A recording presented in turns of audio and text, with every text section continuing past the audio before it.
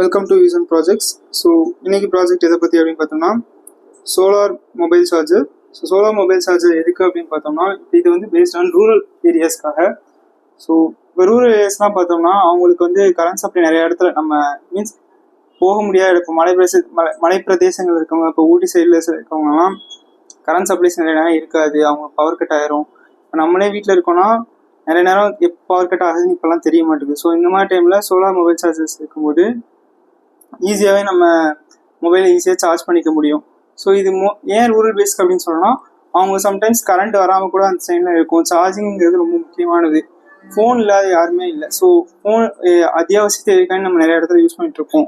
So அப்படின்னா இப்போ யாருக்கா ஃபோன் பண்ணோம் அப்படிங்கும்போது சார்ஜ் இல்லை அப்படின்னா நமக்கு கஷ்டம். ஸோ அந்த டைமில் இந்த மாதிரி மொபைல் சார்ஜிங் ஸ்டேஷன்ஸ் இருந்துச்சுன்னா ஈஸியாக இருக்கும். ஃபர்ஸ்ட் இது எப்படி ஒர்க் ஆகுது அப்படிங்கிற மாதிரி ஃபஸ்ட்டு பார்த்துடலாம். தென் நீங்கள் பார்த்தீங்கன்னா சோலார் வந்து சார்ஜர் இது கரண்ட் இதாகிட்டு இருக்குது. ஸோ நீங்கள் பார்த்தீங்கன்னா நமக்கு செலக்ட் டைம் எவ்வளோ டைம் லிமிட் கொடுக்கணும் அப்படிங்கிற மாதிரி கொடுத்துருக்கோம். இது 10 செகண்ட்ஸ், இது 20 செகண்ட்ஸ்க்கு, இது 30 செகண்ட்ஸ்க்கு. இப்போ நான் 10 செகண்ட்ஸ் ப்ரெஸ் பண்ணுறேன் அப்படின்னா எனக்கு 10 செகண்ட்ஸ்க்கு இங்கே சார்ஜிங் ஆகிட்டே இருக்கும். இங்கே பார்த்தீங்கன்னா டைமர்ஸ் ஓடும். எனக்கு 5 4 3 2 1 அப்படிங்கிற மாதிரி டைமர் ஓடும். அதே மாதிரி டைமர் முடிஞ்சுன்னா சார்ஜிங் ஆஃப் ஆயிரும். ஸோ ஒவ்வொரு டைம் லிமிட் இருக்குது. ஸோ அடுத்து 20 செகண்ட்ஸ்க்கு வைக்கிற மாதிரி இருக்கும். 20 செகண்ட்ஸ்க்கு தென் லாஸ்ட் ஆப்ஷனாக சார்ஜிங் ஆஃப் ஆகிட்டு தென் 30 செகண்ட்ஸ்.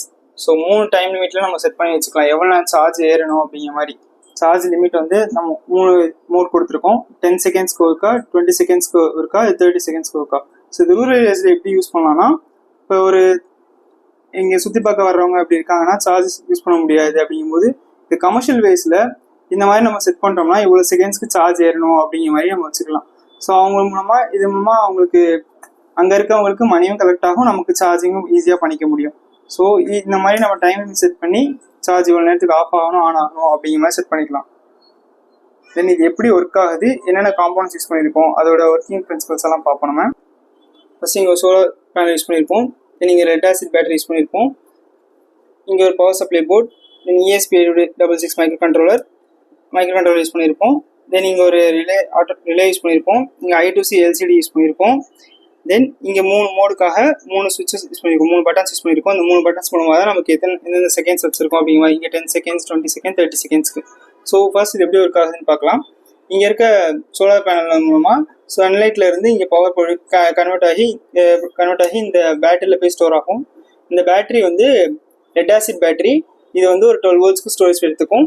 ஸோ நம்ம இங்கே ஆன் ஆஃப் கொடுத்துருக்கனால இங்கே ஆன் பண்ணி ஆஃப் பண்ணிக்கலாம். தென் இது வந்து பவர் சப்ளை போர்ட். இந்த பவர் சப்ளை போர்டு எதுக்கு அப்படின்னு பார்த்தோம்னா நமக்கு இந்த லெட் ஆசிட் பேட்டரியிலேருந்து வர்றது 12 வோல்ட்ஸ். இந்த 12 வோல்ட்ஸை நமக்கு 5 வோல்ட்ஸாக கன்வெர்ட் பண்ணி தரும். இந்த 5 வோல்ட் எதுக்காக கன்வெர்ட் பண்ணுறோம் அப்படின்னு பார்த்தோம்னா இந்த மைக்ரோ கண்ட்ரோலுக்காக. இந்த மைக்ரோ கண்ட்ரோலர் வந்து ஒர்க் ஆகிறது ஃபுல்லாகவே 5 வோல்ட்ஸில் ஒர்க் ஆகும். இந்த மைக்ரோ கண்ட்ரோல் நேம் என்னன்னு பார்த்தோம்னா ESP8266 நோட் MCன்னு சொல்லுவோம். ஸோ இந்த மைக்ரோ கண்ட்ரோல் தான் நமக்கு பிரெயினாக ஆக்ட் ஆகுது. ஸோ பிரெயினாக ஆக்ட் ஆகுது ஏன் அப்படின்னு சொல்கிறேன்னா இருக்கிற வேலை நம்ம எவ்வளோ நேரத்துக்கு அந்த பவரை வந்து அந்த மொபைலுக்கு தரணும் அப்படிங்கிற விஷயத்தெல்லாம் இதுதான் நமக்கு சொல்லும். ஸோ இங்கே இருக்க ரிலே இருந்ததுன்னா சுவிட்சாக ஆக்ட் ஆகுது. இந்த ரிலேங்கிறது ஒரு ஆட்டோமேட்டிக் சுவிட்ச். இந்த ஆட்டோமேட்டிக் சுவிட்ச் என்ன பண்ணோம்னா நம்ம எத்தனை செகண்ட்ஸ் டைமர் கொடுக்குறோம் அப்படிங்கிறத இந்த போர்ட்லேருந்து வாங்கி ஸோ இவ்வளோ செகண்ட்ஸ்க்கு மட்டும் ஆன் பண்ணி விடும் அப்படிங்கிற மாதிரி. இப்போ 10 செகண்ட்ஸ் இந்த போர்ட்லேருந்து கமெண்ட் கொடுக்குது அப்படின்னா 10 செகண்ட்ஸ்க்கு இந்த சுவிட்ச் ஆன் ஆகிருக்கும், அதுக்கப்புறம் ஆஃப் ஆயிரும். தென் இங்கே வந்து I2C LCD யூஸ் பண்ணியிருப்போம். இந்த I2C LCD எதுக்கு அப்படின்னு பார்த்தோம்னா நம்ம எவ்வளோ நேரம் கொடுக்குறோம், சார்ஜிங் ஆனில் இருக்கா ஆஃப்ல இருக்கா அப்படிங்கிற மாதிரி விஷயம்ஸ்லாம் பார்த்துக்கலாம். இங்கே பார்த்தோம்னா செலக்ட் டைம் கொடுக்கும், நம்ம எவ்வளோ லிமிட் கொடுக்குறோம் அப்படிங்கிறத பார்த்துக்கலாம். இங்கே பார்த்தீங்கன்னா 3 மோடுக்கு சுவிட்ச் கொடுத்துருக்கோம். 10 20 30 இந்த 3 சுவிட்சஸ்க்கு 10 செகண்ட் கிளிக் பண்ணால் சார்ஜ் ஆன் ஆகுது. டைம் லிமிட் ஓடிட்டு இருக்கும், எத்தனை செகண்ட்ஸ் சார்ஜ் ஏறணும் அப்படிங்கிற மாதிரிலாம். ஸோ இது மூலமாக சார்ஜிங் ஆகிற விஷயங்கள்லாம் நமக்கு ஈஸியாக தெரிஞ்சிடும். ஸோ கமர்ஷியல் பர்பஸில் யூஸ் பண்ணும்போது நம்ம இந்த 3 மோட் 10 20 நம்ம செகண்ட்ஸில் கொடுத்தது நம்ம ஹவர்ஸ் வச்சு ஃபிக்ஸ் பண்ணி கொடுக்கும்போது அவங்க ஈஸியாக அந்த இடத்துல ரூரல் ஏரியாஸில் இருக்கவங்க மணியை ஏர்ன் பண்ணிக்க முடியும்.